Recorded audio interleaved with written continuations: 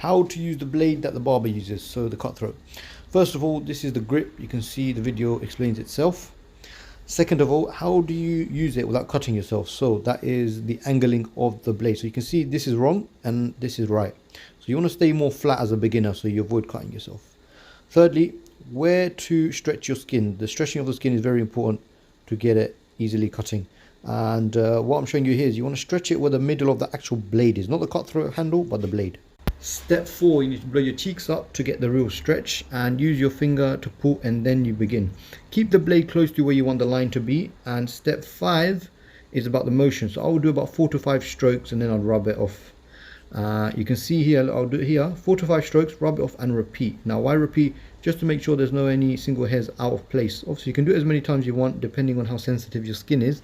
Too much can give you a red outline, which I tend to get.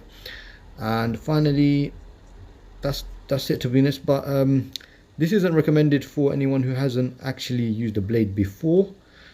Do it at your own risk, but this is a way to improve if you have already started to practice with a blade. Any other questions, let me know.